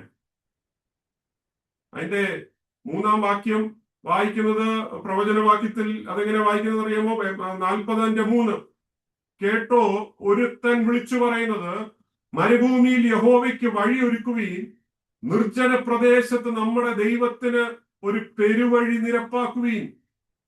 4-ാം വാക്യം, എല്ലാ താഴ്വരയും നികന്നും എല്ലാ മലയും കുന്നും താണും വരണം, വളഞ്ഞതും ചൊവ്വായും ദുർഘടങ്ങൾ സമമായും തീരണം. യഹോവയുടെ മഹത്വം വെളിപ്പെടും, സകല ജഡവും ഒരുപോലെ അതിനെ കാണും. യഹോവയുടെ വായല്ലോ അരുളി ചെയ്യുന്നത്. ഇതാണ് ആ പ്രവചനം. സ്തോത്രം. അപ്പൊ ഏലിയാവ് എന്തിനാ വന്നത്? ഏലിയാവ് പറയുക, ഞാൻ രാജാവ് വരുന്നതിന്റെ മുൻപേ ആ റോഡൊന്ന് ശരിയാക്കി കൊടുക്കാൻ വരിക. Levelling the mountain, filling the valleys, so the king's possession can pass unhindered. യാതൊരു തടസ്സവും കൂടാതെ ആ രാജാവിന് വരത്തക്ക നിലയിൽ ഒരു പാത ഒരുക്കി കൊടുക്കുക. ഞാനൊരു കഥ കേട്ടിട്ടുണ്ട്. ഒരു കുഗ്രാമത്തിൽ, ഒരു രാജഭരണമുള്ള കുഗ്രാമത്തിൽ, ഉള്ളിലുള്ള ഒരു ഗ്രാമം, ആ രാജഭരണത്തിന്റെ കീഴിലുള്ള ഒരു ഗ്രാമമാണ്. ആ ഗ്രാമത്തിലേക്ക് പോകാനുള്ള വഴിയൊക്കെ വളരെ ഇടുക്കമാണ്. സ്തോത്രം. അവിടുത്തെ ആൾക്കാർ വെള്ളം പിടിക്കാൻ ഇങ്ങ് വളരെ ദൂരെ വരണം. ഈ വളരെ മോശമായ കാടും മുള്ളുകളും കല്ലുകളും ഒക്കെ കിടക്കുന്ന റോഡുകളിലൂടെയൊക്കെ താണ്ടി താണ്ടി വരണം. കിണർ ഇങ്ങ് ദൂരെയാ, മറ്റൊരു ഗ്രാമത്തിൽ വരണം. ഇവിടുന്ന് വെള്ളം പിടിച്ചോണ്ട് വേണം അവിടെ ചെല്ലാൻ. ആകുന്ന പലരോടും ആപ്ലിക്കേഷൻ കൊടുത്തു, പഞ്ചായത്ത് മെമ്പറിനോട് ആപ്ലിക്കേഷൻ കൊടുത്തു, മിനിസ്റ്റേഴ്സുമാരോട് പറയുന്നു, ആ ദേശത്ത് യാതൊരു പുരോഗതിയും വരുത്തുന്നില്ല. അവസാനം ആ ഗ്രാമത്തിൽ ഒരു ജ്ഞാനിയായ ഒരു വ്യക്തി ഉണ്ടായിരുന്നു, ബുദ്ധിമാനായ വ്യക്തി. അവനൊരു ദിവസം വളരെ ദൂരം നടന്ന് കൊട്ടാരത്തിന്റെ അടുത്തെത്തി. അങ്ങനെ അവിടുത്തെ പലരുടെയും കയ്യും കാലും ഒക്കെ പിടിച്ച് രാജാവിനെ കാണാനുള്ള ഒരു പാസ് തനിക്ക് ലഭിച്ചു. രാജാവിന്റെ അടുത്തെത്തിയപ്പോൾ രാജാവിനോട് പറഞ്ഞു, ഇത്രയും വർഷങ്ങളായിട്ട് ഞാൻ രാജാവിനെ കാണാൻ നിൽക്കുകയാണ്. ഞാൻ ഇത്രയും മൈലി യാത്ര ചെയ്താണ്, നടന്നാണ് അങ്ങേ കാണാൻ വന്നത്. ഇദ്ദേഹത്തിന്റെ ഈ കഷ്ടപ്പാട് കണ്ടിട്ട് രാജാവിന് മനസ്സലിവ് തോന്നി. ഞാൻ എന്താ അതിനു വേണ്ടി ചെയ്തു തരേണ്ടിയേ? നിനക്ക് എത്ര പണം വേണം? ഞാൻ നിന്നെ എങ്ങനെയാണ് സഹായിക്കേണ്ടത്? നിനക്ക് ഇവിടുത്തെ ഭക്ഷണമൊക്കെ കഴിച്ചേച്ച് കുറച്ചു ദിവസം ഇവിടെ നിന്ന് വിശ്രമിച്ചേച്ച് പോയിക്കോ എന്നൊക്കെ പറഞ്ഞു. അദ്ദേഹം പറഞ്ഞു, എനിക്കിതൊന്നും വേണ്ട, എനിക്കൊരൊറ്റ ആഗ്രഹമുള്ളൂ, രാജാവ് ഞങ്ങളുടെ വീട് വരെ ഒന്ന് വരണം. Praise God. രാജാവ് ഞങ്ങളുടെ വീട് വരെ ഒന്ന് വരണം. ഇത്രയുള്ള ആഗ്രഹം, വേറൊന്നുമില്ല. സ്തോത്രം. അങ്ങനെ ഇദ്ദേഹത്തിന്റെ ആഗ്രഹത്തെ രാജാവ് പറഞ്ഞു, ശരി, ഞാൻ സമ്മതിക്കാമെന്ന്. അങ്ങനെ ഇദ്ദേഹം പോയി ഡേറ്റ് ഒക്കെ കൊടുത്തു. അപ്പം രാജാവ് വരാൻ വേണ്ടി ഡേറ്റ് ഒക്കെ ഇട്ടതിന് ശേഷം രാജാവ് വരുന്നതിന്റെ മുൻപേ രാജാവിന്റെ ഭടന്മാരും ആ മിനിസ്റ്റർമാരും ഒക്കെ ആദ്യം ഈ ഗ്രാമത്തെ പോയി കണ്ടു. കാരണം ഒരു പ്രസിഡന്റ് വരുന്നതിന് മുമ്പേ അവിടുത്തെ സെക്യൂരിറ്റി വന്ന് എല്ലാം ചെക്ക് ചെയ്യും, എല്ലാം ഓക്കെ ആണോ, പ്രശ്നങ്ങളൊന്നും ഇല്ലല്ലോ. പക്ഷെ ഈ സെക്യൂരിറ്റി വന്നപ്പോൾ അവർക്ക് മനസ്സിലായി രാജാവിന് വരാൻ പറ്റുന്ന ഒരു ഏരിയ അല്ല അത്. റോഡൊക്കെ ആകെ മോശമാ, രാജാവിന് ഒരു തരത്തിൽ അവിടെ വരാൻ പറ്റത്തില്ല. തിരിച്ച് രാജാവിനോട് പറഞ്ഞു, രാജാവെ അങ്ങ് പോകണ്ട, ആ ഏരിയ മഹാമോശമാ, കല്ലും മുള്ളും എല്ലാം നാശമായി കിടക്കുക, ഈ ദേശം ഭയങ്കര പ്രശ്നമാണ്. രാജാവ് പറഞ്ഞു, ആ വാക്ക് കൊടുത്തു പോയേ പറ്റൂ. അങ്ങനെ രാജാവ് വരാൻ വേണ്ടി അവിടുത്തെ രാജഭൃത്യന്മാരെല്ലാം വേഗത്തിൽ അവിടുത്തെ സ്തോത്രം ഹല്ലേലൂയ റോഡ് ശരിയാക്കുന്ന കോൺട്രാക്ടർമാരോട് വിളിച്ചു. എല്ലാവരും വന്ന് സ്തോത്രം അതിവേഗത്തിൽ അവിടെ ഇടുങ്ങിയ റോഡുകളൊക്കെ വിശാലമാക്കി, ഹൈവേ ആക്കി, സ്തോത്രം പൂക്കളും ചെടികളും ഒക്കെ വെച്ച് വളരെ മനോഹരമായ റോഡ് സെറ്റ് ചെയ്ത് ആ ദേശത്തിലേക്ക് വളരെ നല്ലൊരു വിസ്താരമായ വഴി തുറന്നു വിട്ടു. രാജാവ് അവിടെ എത്തുന്നതിന് മുൻപേ ആ ഒരു ഗ്രാമത്തിന് വേണ്ടുന്ന വാട്ടർ റിസോഴ്സിന്റെ കാര്യം അവിടെ അറേഞ്ച് ചെയ്തു. ആ ദേശത്ത് വേണ്ടുന്ന എല്ലാ അടിസ്ഥാന സൗകര്യങ്ങളും ഒരുക്കി. എന്നിട്ടാണ് രാജാവ് എഴുന്നള്ളി വന്നത്. അപ്പൊ ഒരു ജ്ഞാനി മുഖാന്തരം എന്തായി തീർന്നതെന്നറിയാമോ? ആ ഗ്രാമത്തിന്റെ സ്ഥിതിക്ക് ഭേദം വന്നു. ഞാൻ ഇതിന്റെ ഉദാഹരണം പറഞ്ഞതെന്നറിയാമോ? ഈ യോഹന്നാൻ സ്നാപകൻ എന്തിനാണ് കടന്നു വന്നത്? ഈ മഹാരാജാവിന്റെ വരവിന് മുൻപായി is levelling the mountain, is filling the valleys. അതാണ് പ്രവാചകൻ വിളിച്ചു പറഞ്ഞ എല്ലാ താഴ്വരയും നികന്നും എല്ലാ മലയും കുന്നും താണും വരണം.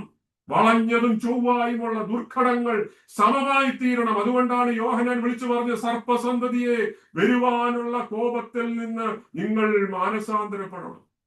ദൈവത്തിന് മഹത്വം ഉണ്ടാകട്ടെ. യോഹന്നാൻ ഒരു ടൈറ്റിലും എടുക്കാൻ പോയില്ല. യോഹന്നാൻ ഒരു പൊസിഷനും വേണ്ട. യോഹന്നാനെ കുറിച്ച് പറയുന്നത് അവൻ ഒരു ശബ്ദം മാത്രമായിരുന്നു. സ്തോത്രം, ഹല്ലേലൂയ. നമ്മളൊരു അനൗൺസ്മെന്റ് കേൾക്കുകയാ. ഏതോ ഒരു മരത്തിന്റെ മുകളിൽ ഒരു സ്പീക്കർ ഇരിക്കുക. അവിടുന്ന് ഒരു അനൗൺസ്മെന്റ് കേട്ടു. ആ അനൗൺസ്മെന്റ് കഴിയുമ്പോൾ ഹല്ലേലൂയ ആ ശബ്ദത്തിന്റെ പ്രസക്തി തീർന്നു. ഇതുപോലെയാണ് യോഹന്നാന്റെ ശബ്ദം. അവൻ ഒറ്റ ഉദ്യോഗമേ ഉള്ളൂ. അവനാണ് സാക്ഷാൽ ദൈവപുത്രൻ എന്ന് പറയുന്ന ആ ഒരു വോയിസ് ആണ് യോഹന്നാനെ കുറിച്ച് പറയുന്നത്. ഒരു വോയിസ്, ഒരു ശബ്ദത്തിന് അതിൻ്റെതായിട്ടുള്ള ഒരു വ്യക്തിപരമായ ഒരു നിലനിൽപ്പില്ല. The voice has no independent existence. എപ്പോഴാണ് മെസ്സേജ് ഡെലിവറി ചെയ്യുന്നത് വോയിസിന്റെ പ്രസക്തി കഴിഞ്ഞു. യോഹന്നാൻ പറയുക, ഞാനല്ല വഴി, I am not the point. ഞാൻ ആരാണെന്നുള്ള പ്രസക്തമല്ല. എനിക്ക് ഒറ്റ ജോലിയേ ഉള്ളൂ. എനിക്ക് പിന്നാലെ ഒരു ശ്രേഷ്ഠനായ ഒരുവൻ വരുന്നുണ്ട്. അവങ്കിലേക്ക് നിങ്ങൾ മുഖം തിരിക്കണം. അതാണ് എന്നെ കേൾക്കുന്ന പ്രിയപ്പെട്ടവരെ ഇന്നത്തെ സുവിശേഷത്തിന്റെ കാതലായ സന്ദേശം. അതാണ് ഇന്നത്തെ ദൈവമക്കളായി ഞങ്ങൾക്കും പറയാനുള്ളത്.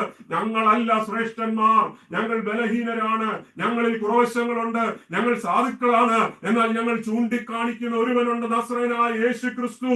അവന്റെ മുഖത്തേക്ക് നോക്കിയാൽ നീയും നിന്റെ കുടുംബവും രക്ഷ പ്രാപിക്കും. Praise God. വരുവാനുള്ള കോപത്തിൽ നിന്ന്, വരുവാനുള്ള ന്യായവിധിയിൽ നിന്ന് ഇതൊരു രക്ഷാകരമായ സന്ദേശമായിരിക്കട്ടെ. സ്തോത്രം. ഏത് പാസ്റ്ററൽ മിനിസ്ട്രി ചെയ്താലും, ഏത് ബൈബിൾ ടീച്ചിങ് ചെയ്താലും, ഏത് വർഷിപ്പ് ലീഡർ ആയാലും, സ്തോത്രം, നിങ്ങൾ ഫോർമൽ ശുശ്രൂഷയോ ഇൻഫോർമൽ ശുശ്രൂഷയോ ചെയ്താലും മഹത്വം ദൈവത്തിന് പോകണം. The glory belongs to Jesus alone. പലപ്പോഴും മഹത്വം നാം അറിഞ്ഞോ അറിയാതെയോ നമ്മിലേക്ക് വരുത്തുവാൻ നമ്മൾ പലപ്പോഴും ശ്രമിക്കും. പലരും സ്തുതിപാഠകരായിട്ട് നമ്മുടെ ചുറ്റും കൂടുമ്പോൾ നമുക്കതൊരു കംഫോർട്ടിംഗ് പ്ലേസ് ആയിട്ട് തോന്നും. എന്തൊരു സുഖമല്ലേ. ശ്രദ്ധ ക്രിസ്തുവിൽ നിന്ന് നമ്മളിലേക്ക് വരുമ്പോഴേ ഓർത്തോണം, it's a dangerous situation. The glory belongs to Jesus only. We should not enjoy the privilege when people boasting you. മാറിപ്പൊക്കണം അവിടുന്ന്. ആരെങ്കിലും നിങ്ങളെ പൊക്കാൻ വരുവാണെങ്കിൽ, ആരെങ്കിലും നിങ്ങളെ പ്രൈസ് ചെയ്യാൻ വരുവാണെങ്കിൽ നിമിഷ നേരം കൊണ്ട് അവിടെ നിന്ന് എസ്കേപ്പ് ആയിക്കോണം. പറയണം, ഞാനല്ല, ക്രിസ്തു അത്രേ വലിയവൻ. Focus on him. യോഹന്നാൻ സ്നാപകൻ ഇതാ തന്റെ ജോലി ചെയ്തത്. എന്നിട്ട് 5 മിനിറ്റ് കൊണ്ട് ഞാൻ 1-2 കാര്യങ്ങൾ കൂടി പറയാൻ താല്പര്യം. നമ്മൾ മുമ്പോട്ട് പോകുമ്പോൾ അതിന്റെ 29-ാം വാക്യം, നമ്മൾ 28 വരെയുള്ള ഭാഗമാണ് വായിച്ചത്. അതിന്റെ 29 മുതൽ 34 വരെയുള്ള ഭാഗം കൂടെ പഠിക്കേണ്ടതായിട്ടുണ്ട്. എന്നാൽ അത് നമുക്കിന്ന് നോക്കുവാനുള്ള സമയം ഇന്ന് ലഭിക്കുന്നില്ല. ഒരു വാക്ക് മാത്രം, 29-ാമത്തെ വാക്യം മാത്രം വായിച്ച് നമുക്ക് ഇന്ന് വൈൻഡപ്പ് ചെയ്യാം. 29-ാം വാക്യം എന്താണ് പറഞ്ഞതെന്നറിയാം. ഞാനിപ്പോ ഇത്രയും നേരം പറഞ്ഞതിന്റെ ഒരു കൺക്ലൂഷൻ സ്റ്റേറ്റ്മെന്റ് അതിനകത്തുണ്ട്. എന്ന് പറഞ്ഞാൽ യോഹന്നാൻ തന്റെ പേര് മറച്ചു വെച്ചേച്ച് താൻ പോയിന്റ് ചെയ്ത് ആരാണെന്നും കൂടി പറഞ്ഞേച്ച് ഞാൻ ഈ ഭാഗം ഇന്ന് അവസാനിപ്പിക്കാം. 29 വാക്യത്തിൽ അവിടെ ഇങ്ങനെയാ കാണുന്നത്: പിറ്റേന്നാൾ യേശു തന്റെ അടുക്കൽ വരുന്നത് അവൻ കണ്ടിട്ട്, ഇതാ ലോകത്തിന്റെ പാപത്തെ ചുമക്കുന്ന ദൈവത്തിന്റെ കുഞ്ഞാട്. സ്തോത്രം. ആരോടാ പറഞ്ഞെന്നറിയാവൂ? തന്റെ മുൻപിൽ നിൽക്കുന്ന യഹൂദന്മാരോടാ. ഇതൊരു തിയോളജിക്കലി ലോഡഡ് സ്റ്റേറ്റ്മെന്റ്. എന്താ ഈ ലോഡഡ് സ്റ്റേറ്റ്മെന്റ് എന്നറിയാം? ദൈവശാസ്ത്രം നിറഞ്ഞു നിൽക്കുന്ന ഒരു സ്റ്റേറ്റ്മെന്റ്. എൻ്റയർ ന്യൂ ടെസ്റ്റമെന്റ് നിറഞ്ഞു നിൽക്കുകയാണ്. Lamb of God. അത് മാത്രമേ ഞാൻ പറയുന്നുള്ളൂ. ഇതിനകത്ത് വേറെ എക്സ്പ്ലനേഷനും കൂടെ ഉണ്ട്, അത് അടുത്ത ആഴ്ച പറയാം. ദൈവത്തിന്റെ കുഞ്ഞാട്. യഹൂദന്മാര് തന്റെ മുൻപിൽ നിൽക്കുമ്പോൾ അവരോട് പറയും, ഇതാ ഇവനാണ് ലോകത്തിന്റെ പാപത്തെ ചുമക്കുന്ന ദൈവത്തിന്റെ കുഞ്ഞാട്. ഈ ലാംബ് ഓഫ് ഗോഡ് എന്ന് പറയുമ്പോൾ യഹൂദന്മാരുടെ മനസ്സിൽ 3 ചിത്രമാണ് വരുന്നത്. 3 ചിത്രം. എന്താ ചിത്രം എന്നറിയാമോ? ഒന്ന്, അവരുടെ മനസ്സ് പെട്ടെന്ന് പോകുന്നത് പുറപ്പാട് പുസ്തകം 12-ാം അധ്യായത്തിലാണ്. അവിടെ പറയുന്ന പാസ് ഓവർ ലാമ്പിനെ നമുക്ക് കാണുന്നത്. പെസഹ കുഞ്ഞാട്. പെസഹ കുഞ്ഞാടിൽ നമുക്ക് ഏവർക്കും അറിയാം, 12-ാം അധ്യായത്തിൽ ഈജിപ്തിന്റെ അടിമത്തത്തിൽ നിന്ന് ദൈവം അവരെ വിടുവിക്കുന്നതിന് മുൻപായി ആബീബ് മാസം 10-ാം തീയതി ഒരാട്ടിൻകുട്ടിയെ അവർ റിസർവ് ചെയ്ത് വെച്ചിട്ട് 4 ദിവസം സംരക്ഷിച്ചു വെക്കും. ആബീബ് മാസം 14-ാം തീയതി സന്ധ്യാസമയത്ത് അതിനെ അറക്കുകയാണ്. അതിന്റെ രക്തമെടുത്ത് കട്ടളക്കാലിന്മേലും കുറുമ്പടിമേലും പുരട്ടി അവരുടെ ഭവനത്തെ അവർ ഭദ്രമാക്കി വെക്കുകയാണ്. അന്ന് രാത്രി സംഹാരകൻ കടക്കുകയാണ്. സ്തോത്രം. ഈ രക്തം കാണുന്ന ഓരോ വീടിനെയും കണ്ടിട്ട് ഈ സംഹാരകൻ കടന്നു പോവുകയാ. സ്തോത്രം. ആ വീട്ടിലെ ഫസ്റ്റ് ബോൺ രക്ഷപ്പെടുക. അപ്പൊ ഈ യേശുവിനെ കണ്ടിട്ട് പറയുക, ഇതാ ലോകത്തിന്റെ പാപത്തെ ചുമക്കുന്ന ദൈവത്തിന്റെ കുഞ്ഞാടെന്ന് പറയുമ്പോൾ യഹൂദന്മാരുടെ മനസ്സിൽ ഒരു ചിത്രം വരികയാ. ഞങ്ങളുടെ പിതാക്കന്മാര് രക്ഷപ്പെട്ടതിന്റെ കാരണം ആ ലാമ്പായിരുന്നു, ആ കുഞ്ഞാടായിരുന്നു. അതിനെ പ്രതികരിക്കുന്നവനാണോ ഇവൻ? സ്തോത്രം. ഞങ്ങളുടെ ഭവനത്തിൽ നിന്ന് മരണത്തെ മാറ്റുന്ന, ന്യായവിധിയെ മാറ്റുന്ന, നിത്യ നരകത്തെ മാറ്റുന്ന ഒരുവനത്രേ ഇവൻ. സ്തോത്രം. അതാണ് ഒന്നാമത്തെ ചിത്രം ഇവരുടെ മനസ്സിൽ വന്നത്. രണ്ടാമത്തെ ചിത്രം എന്നാന്നറിയാമോ? അവരുടെ മനസ്സ് നേരെ ഓടിയത് യെശയ്യാ പ്രവാചകന്റെ പ്രവചനത്തിലാ. 53-ാം അധ്യായം 7-ാം വാക്യം, ദ സഫറിംഗ് സെർവന്റ്. അവിടെ പറയുന്ന വാക്യം, തന്നെത്താൻ താഴ്ത്തി വായെ തുറക്കാതിരുന്നിട്ടും അവൻ പീഡിപ്പിക്കപ്പെട്ടു. കൊല്ലുവാൻ കൊണ്ടുപോകുന്ന കുഞ്ഞാടിനെ പോലെയും രോമം കത്രിക്കുന്നവരുടെ മുൻപാകെ മിണ്ടാതിരിക്കുന്ന ആടിനെ പോലെയും അവൻ വായെ തുറക്കാതിരുന്നു. യോഹന്നാൻ പറയുക, he is the suffering servant. അറുക്കപ്പെടുവാൻ പോകുന്ന കുഞ്ഞാടവനും അവൻ. ഇവനെ എതിർക്കുന്നവരുടെ മുൻപിൽ അവൻ പ്രതികരിക്കാതെ മൗനമായിരിക്കുന്ന ഇവനാണ് the lamb of the God. നിന്റെ പാപത്തെ വഹിക്കുന്ന ലാംബ് ഓഫ് ഗോഡ്. സ്തോത്രം. നിന്റെ അകൃത്യത്തെ വഹിക്കുന്ന ലാംബ് ഓഫ് ഗോഡ്. സ്തോത്രം. രണ്ടാമത്തെ ചിത്രം അവരുടെ മനസ്സിൽ വന്നതാ. ഇനി മൂന്നാമത്തെ ഒരു ചിത്രം കൂടി വരുന്നുണ്ട് അവരുടെ മനസ്സിൽ. അതെവിടാന്ന് എഴുതിയിരിക്കുന്നത്? പുറപ്പാട് പുസ്തകം 29-ാം അധ്യായം 38 മുതൽ 42 വരെ. എക്സോഡസ് 29:38-42. അവിടെ പറയുന്ന വാക്യം എന്നാന്നറിയാമോ? യാഗപീഠത്തിന്മേൽ അർപ്പിക്കുന്ന ഒരു യാഗവ്യവസ്ഥയുണ്ട്.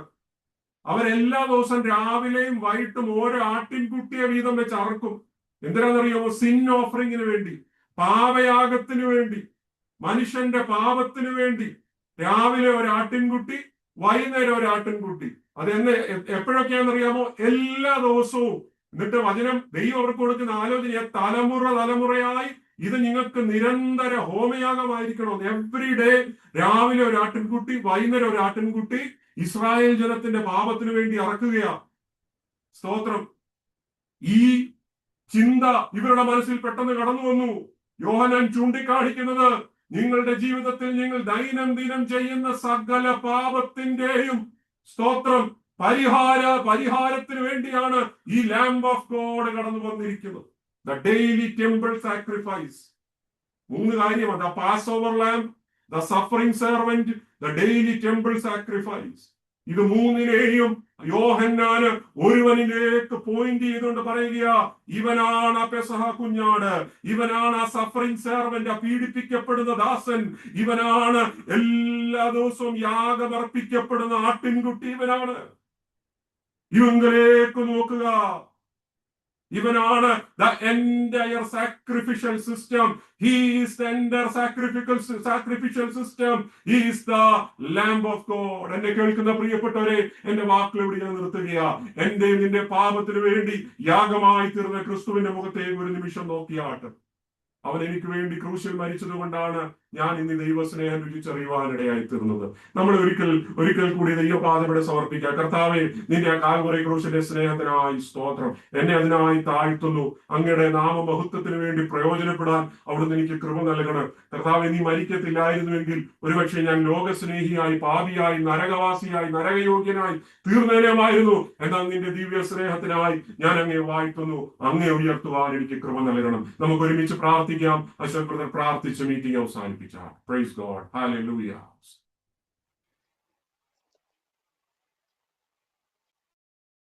ஹalleluya. கர்த்தாவே, நாங்கள் துதிக்கிறோம் அப்பா. இயேசுவே, ஸ்தோத்திரம் ஸ்தோத்திரம் ஸ்தோத்திரம் ஸ்தோத்திரம். அல்லேலூயா. இயேசுவே, துதிக்கிறோம் கர்த்தாவே. இந்த நாளுக்காக நாங்கள் நன்றி pastor கேட்குന്നുണ്ടോ?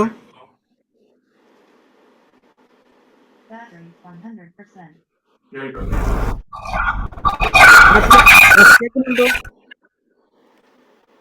Price the Lord pastor. കേൾക്കാം പ്രാർത്ഥിച്ചു. ഓക്കെ. ஹalleluya. கர்த்தாவே, நாங்கள் துதிக்கிறோம் அப்பா. இயேசுவே, ஸ்தோத்திரம் ஸ்தோத்திரம் ஸ்தோத்திரம் அப்பா. நாங்கள் துதிக்கிறோம். இந்த நாளிலும் நாங்கள் கர்த்தாவே குறித்து நாங்கள் படிப்பதற்கு நீ தந்த நல்ல கிருபைக்காக நாங்கள் உமக்கு நன்றி செலுத்துகிறோம் அப்பா. கிருபையும் சத்தியமும் இயேசுவின் மூலமாய் உண்டாயிற்று என்று கர்த்தாவே நாங்கள் தொடங்கி, இயேசுவே இதோ உலகத்தின் பாவத்தை சுமந்து தீர்க்கிறதான தேவ ஆட்டுக்குட்டியானவர் என்று கர்த்தாவே உம்மை குறித்து யோவான் ஸ்நாபகன் இன்ட்ரோடியூஸ் செய்வதை கர்த்தாவே நாங்கள் பார்த்தோம் அப்பா. எங்களுடைய பாவங்களுக்காக நீர் மரித்தீர் என்பதை நாளிலே நாங்கள் கர்த்தாவே உணரும்படியாக நீர் எங்களுக்கு தந்த கிருபைக்காக நாங்கள் உமக்கு நன்றி செலுத்துகிறோம் அப்பா. உடைய வசனங்கள், வார்த்தைகள் ஜீவன் உள்ளது.